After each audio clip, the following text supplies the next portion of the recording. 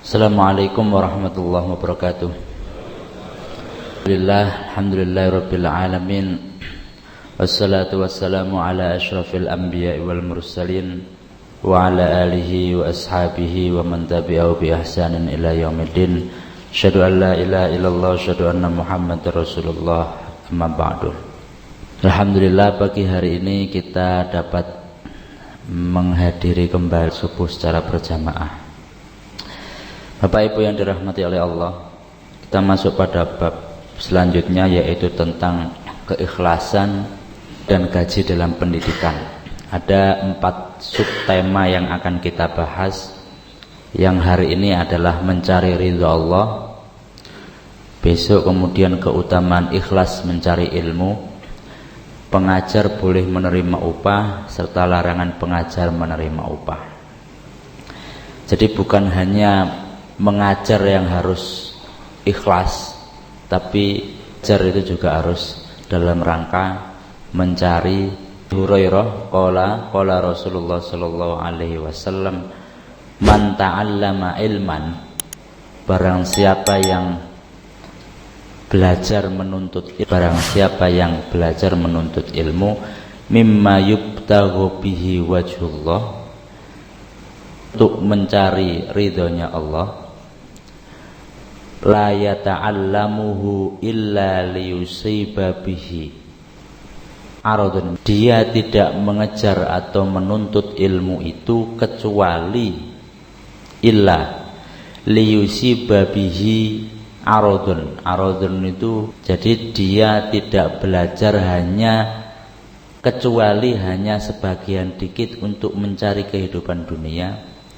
Lam yajid arfal jannah yaumal qiyamah, dia tidak mendapatkan bau surga, yakni riha, dia tidak mendapatkan bau surga. Dari Abu Hurairah, barang siapa yang mempelajari suatu ilmu dari sesuatu untuk mencari ridha Allah, dia tidak mempelajarinya kecuali untuk mendapatkan sedikit dari harta benda, maka ia tidak mendapatkan bau surga. Jadi ada niatan sedikit untuk mencari kehidupan dunia, mencari harta benda, maka dia tidak mendapatkan baunya surga. Man ta'allama ilman mimma yubtaghu bihi wajhullah. Hadis ini membimbing kita agar ikhlas mencari ilmu, yakni mencari ridhonya Allah. Jadi yang kita cari, tujuan utama kita hidup di dunia adalah mencari ridhonya Allah. Nanti ada beberapa ridho selain Allah. Kata ilman berbentuk umum. Para ulama hadis berpendapat maksud ilmu di sini adalah ilmu syara' atau ilmu agama. Jadi kalau ada yang berpendapat yang mencari ilmu untuk tujuan dunia yang tidak boleh, itu adalah ilmu agama. Berarti kalau ilmu non agama boleh. Nah, di sini ada mimma yubtaghu bihi wajhullah. Ada kata-kata wajahnya Allah. Kata-kata wajahnya Allah, ada banyak ayat dalam Al-Qur'an yang kalimat mutasyabihat. Ada yadullaha fawqa aydihim, tangannya Allah berada di tangan mereka. Pertanyaannya, apakah Allah itu punya tangan?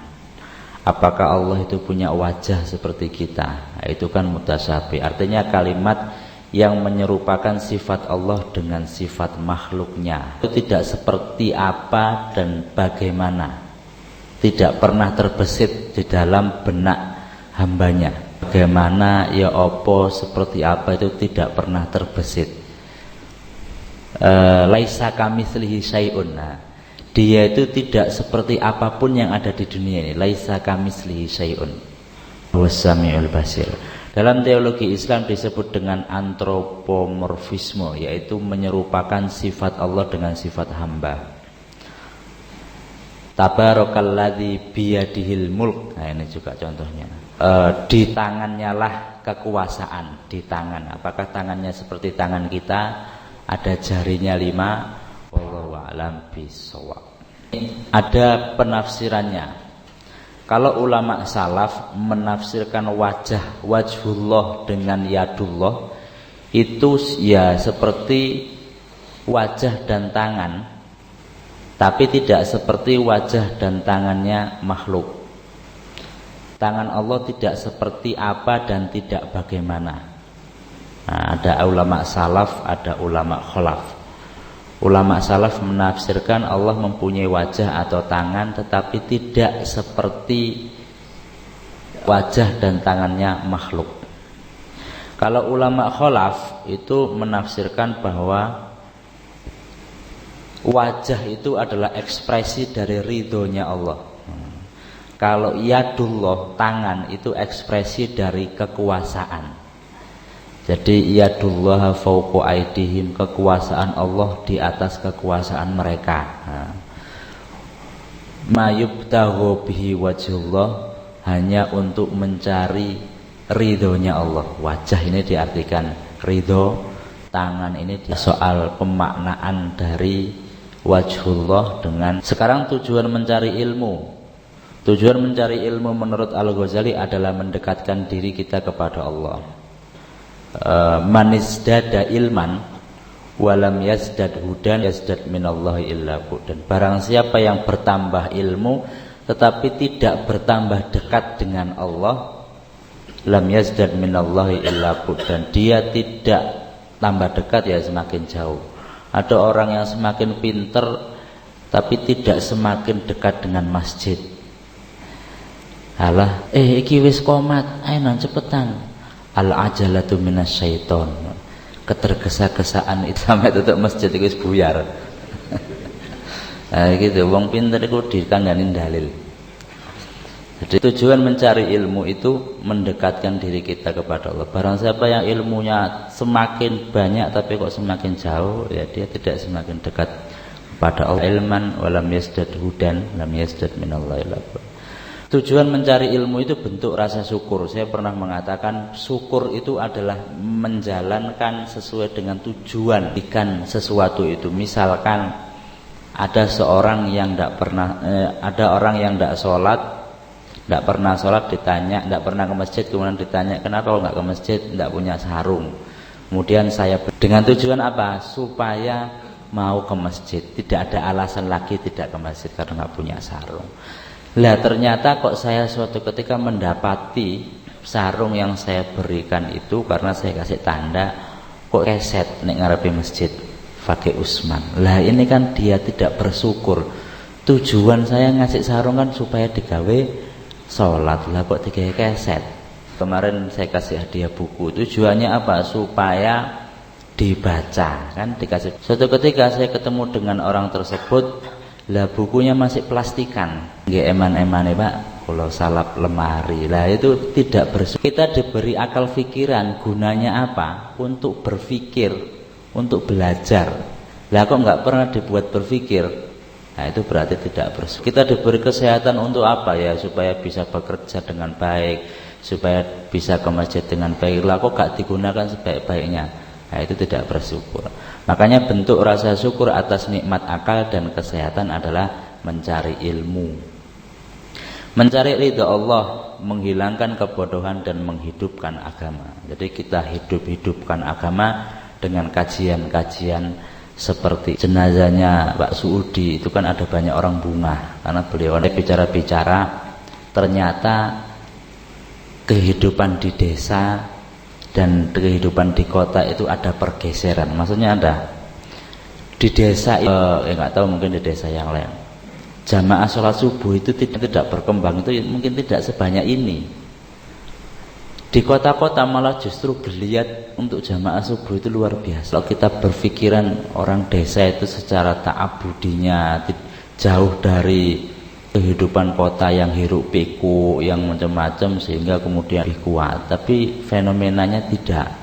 Justru orang-orang GKB itu kan hitungannya kota ya. Itu dia menilainya seperti itu. Kemarin setelah saya mencari ridha Allah, menghilangkan kebodohan dan menghidupkan agama. Dia tidak mempelajari kecuali untuk mendapatkan sedikit dari harta benda, hanya sedikit saja. Ini yang sering pernah saya ungkapkan, bahwa orang beribadah itu ada 3 tingkatan. Pertama, beramal atau beribadah ingin mendapatkan kebaikan dunia. Jadi sholat duha ingin dilancarkan rizki, itu ibadahnya tapi ibadahnya orang awam. Yang kedua, beramal ingin mendapatkan kebaikan akhirat, sholat subuh berjamaah. Yang paling tinggi adalah kita beribadah, beramal, tidak mencari apa-apa, tidak mencari dunia, tidak mencari akhirat, tidak mencari apa-apa, hanya mencari ridhonya. Itu pun selesai. Lam yajid arfal jannah yaumal qiyamah yakni rihaha. Hadis ini bersifat mubalaghah atau melebihkan dalam keharaman surga bagi pencari ilmu yang tidak benar niatnya. Jadi niat. Dalam Syarah Ibnu Majah dijelaskan bahwa tidak mendapatkan bau surga, lam yajid rihaha, itu ada 3 makna. Yang pertama, terhalang bau surga meskipun ia masuk surga. Dia itu sudah masuk surga tapi gak bisa mencium bau surga. Kira-kira kenapa? Gendeng iki gak iso ambu swarga. Padahal tidak masuk surga, ya jelas gak bisa masuk bau surga, berarti dia tidak masuk surga. Padahal baunya surga itu dari sekian ribu jaraknya itu tidak mencium bau surga khusus pada hari kiamat sejak mahsyar sampai penetapan tempat akhir. Walaupun begitu, yang selama orang itu beragama Islam, walaupun tidak bisa mencium bau surga, walaupun harus mampir di neraka, tetap nanti pada akhirnya jika kesalahannya sudah selesai, maka dia akan dimasukkan Allah ke dalam surganya Allah. Man talaba ilman, barang siapa yang mencari ilmu, liyujariya bihil ulama, melawan berdebat dengan para ulama, tujuannya begitu. Auliumaria bisufaha, atau untuk pamer kepada orang-orang yang bodoh. Wa yusrifa bihi wujuhan nas, atau untuk menghadapkan wajah manusia kepadanya supaya disanjung. Adkhalallahu nar, maka Allah memasukkannya ke dalam neraka. Jadi kalau niat dengan ulama untuk menyombongkan diri kepada orang-orang yang bodoh, atau untuk wajah manusia kepadanya supaya disanjung, maka Allah akan memasukkannya. Cari ridhonya Allah, jangan mencari ridhonya manusia. Ridhonna ghoyatun la tudrok. Nah, ini perlu jadi kepala yang jadi pengajar. Mencari ridhonya manusia itu sesuatu angan-angan yang mustahil. Kita tidak bisa meminta seluruh manusia untuk senang kepada kita semua. Satu jamaah masjid Fakih Mansur ini tidak mungkin Fakih Mansur, Fakih Usman. Saya ingat masjid di kampus tuh Mas Mansur, ya Mas Mansur. Satu jamaah masjid ini tidak mungkin semuanya senang dengan saya. Bisa jadi Pak Arfan, saya tidak bisa mengharapkan semuanya senang kepada saya. Mesti ada salah satu yang enggak. Di pasca sarjana, kemudian kebetulan diberi amanah wakil direktur. Wakil itu membawai beberapa prodi. Itu mesti ada yang tidak senang dengan gaya. Makanya mengharap ridhonya manusia itu tidak sesuatu yang mustahil. Walaupun kita bekerja sebaik-baiknya, walaupun kita itu bekerja seikhlas-ikhlasnya, ono wae wong sing gak senang. Contohnya, ada suami istri naik keledai, ada orang datang komentar, wah bakal mati deh itu keledai, mosok keledai cilik ditumpaki wong lu, ketemu wong meneh, wah laki-laki gak sayang istri. Walah wong lanang wedi ambek wong wedok. Laki-laki nek sampean, wis saya timbang ngene keliru ngono keliru wis gak usah ditumpaki ae. Dikomentari maneh. Dasar orang bodoh, punya keledai gak dinaiki ditonton. Lah susah jadi orang itu. Mencari ridhonya manusia ini susah. Pengen wong seneng ambek awake dhewe kabeh itu ndak iso. Mesti ada yang enggak. Padahal pun kita tuh sudah sebaik-baiknya kepada orang lain, mesti ada yang, makanya yang kita cari adalah ridhonya Nggak usah mencari ridhonya. Ever we do, people will always find something to say. Apapun yang kita lakukan, manusia itu mesti ada sesuatu yang ditemukan untuk dikatakan. Bagi suwe kalau dia diikat nanggone pohon, dia melaku. Di komentari menengok coba. Zaman gini masih mencari ridho istri. Tadi mencari. Rasul pernah ditegur oleh Allah gara-gara mencari. Rasul itu suatu ketika ke rumah istrinya yang bernama Zainab. Di rumahnya Zainab beliau dikasih suguhan madu. Rasul itu kasih madu yang diberikan oleh Zainab itu kok enak rasanya. Akhirnya Rasul itu sering main ke rumahnya Zainab. Istri-istrinya pada bertanya-tanya, ini biasanya loh Rasul itu dianya rata, maksudnya ya kalau misalkan di sini 1 jam ya di sana 1 jam. Ini kok di Zainab kok mesti agak lama, ada apa? Diteliti ternyata beliau tadi rumahnya Zainab itu disuguhi madu. Yang cemburu itu Aisyah, dan akhirnya 2 orang ini bersekongkol. Ya apa carane ben Rasul ini gak berlama-lama, sehingga kemudian setelah dari rumahnya Zainab beliau datang ke rumah istri yang lain, ke Aisyah, ditanya, ya Rasul, Anda makan apa? Baunya seperti bau maghfir. Maghfir itu tidak makan apa-apa, tadi habis makan madu dari Zainab. Kita lagi ke rumahnya Hafsah, Anda bau apa mulutnya kok seperti? Sehingga kemudian dia mengharamkan dirinya untuk, padahal madu itu kan halal. Ya ayuhan nabi la tuharrimu ma ahallahu marzata azwajik. Wahai nabi, jangan engkau mengharamkan la tuharrimu ma ahallallah, yang sudah dihalalkan oleh Allah, tabtaghi marzata azwajik, hanya sekedar mencari ridhonya istri-istrimu, hanya sekedar nyenengno bojomu. Ini mengharamkan yang halal. Jadi kalau menghalalkan yang haram saja tidak boleh, apalagi menghalalkan yang haram. Hanya untuk mencari ridho istri kita, kita menghalalkan untuk mengambil harta orang lain. Makanya KPK kan mengatakan istri itu dorong suami untuk korupsi. Ayo. Istri itu berperan mendorong suami untuk korupsi. Kalau seandainya istrinya itu nerimo, wis tala mas, kak popo mas, ya insya Allah nerimo. Tapi makanya KPK juga yang disasar, yang perlu dimotivasi itu istri-istri. Ini melakukan sesuatu yang haram hanya sekedar. Mungkin itu yang dapat saya sampaikan tentang mencari ridho Allah. Jadi dalam mencari, menuntut ilmu, dalam beribadah, beramal soleh, tujuan kita harus mencari ridha Allah. Nasi goyatun la tudrak. Mungkin itu yang dapat saya sampaikan. Mungkin jika ada pertanyaan, monggo. Barangkali ada yang mau ditanyakan. Saya ingin tanya ini Pak Ustaz. Hadis Nabi baik kamu adalah orang yang belajar Al-Quran kemudian mengajarkannya. Dari sekian banyaknya ini kan yang mengajar Pak Ustadz Amar ya. Apakah saya ini belajar tok tanpa harus mengajarkan, itu masih dapat baunya surga Pak Ustaz? Karena kemampuan manusia kan beda.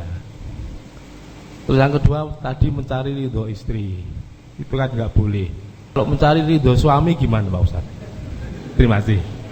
Mencari ridho istri itu bukan tidak boleh. Maksudnya yang tidak boleh itu mencari ridho istri dengan menghan yang halal atau menghalalkan yang haram.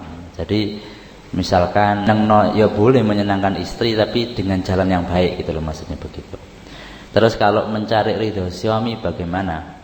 Istri mencari ridho, kan ada begini ya, istri itu kalau dalam bahasanya walaupun dia sedang masak apa ya mencari ridhonya suami. Terus kemudian ya pokoknya istri mau bekerja semuanya harus izin kepada suami. Sampai diceritakan bahwa orang datanginya tapi suaminya lagi keluar kota. Waktu itu tidak ada komunikasi. Orang-orang mencemooh istri ini, dasar anak enggak berbakti pada orang tuanya meninggal kok enggak disambangi.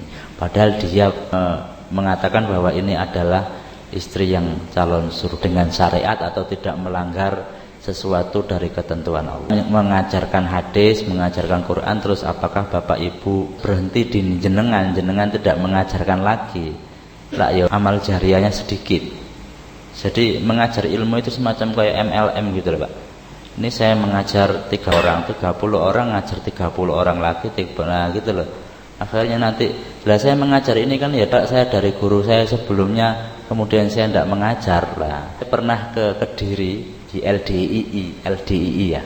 Itu ada namanya mankul. Mankul itu begini. Mankul itu adalah seorang guru misalkan ngajari surah Al-Baqarah 1 sampai 5. Murid itu tidak boleh mengajari surah selain surah yang sudah diajari oleh gurunya. Tanya kenapa? Ya karena takut nanti pemahamannya salah.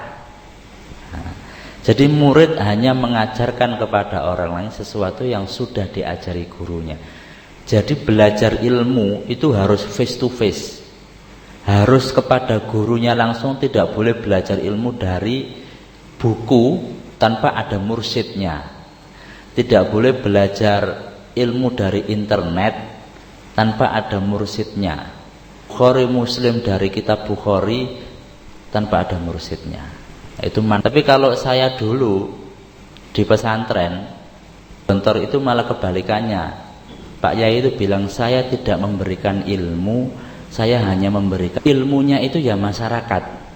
Gudangnya ilmu itu ya ada di pendidikan yang lebih tinggi. Makanya kok ada alumni pondok kemudian di masyarakat itu waru mustakmal itu tidak dipakai, atau dia itu tukang kunci. Hari kunci ini gak tiga yang buka lemari, ilmu gak dipakai. Jadi di sana diajari mempelajari bahasa Arab dengan harapan apa? Nanti dia bisa membaca buku-buku turos yang ada. Karena nggak ngatasi Pak, ilmu sekian banyak dipelajari semua. Nah gitu loh. Jadi mempelajarinya diberikan kuncinya ilmu. Kemudian juga saya rasa tadi kalau saya mengajarkan ya sangat boleh kemudian Bapak Ibu mengajarkannya kepada orang lain. Tentu misalkan bisa bandingkan atau lebih difahami lagi dengan ustadz-ustadz yang lain dengan membaca hadisnya langsung dan lain sebagainya. Barangkali ada lagi. Dari ibu-ibu barangkali ada Bu. Kalau tidak ada, saya ucapkan terima kasih. Mudah-mudahan bermanfaat yang telah dan selanjutnya monggo ada akhirnya. Oke, terima kasih. Mungkin itu yang dapat saya sampaikan. Kalau kurang lebihnya kami mohon maaf. Wabillahi taufiq wal hidayah. Assalamualaikum warahmatullahi wabarakatuh.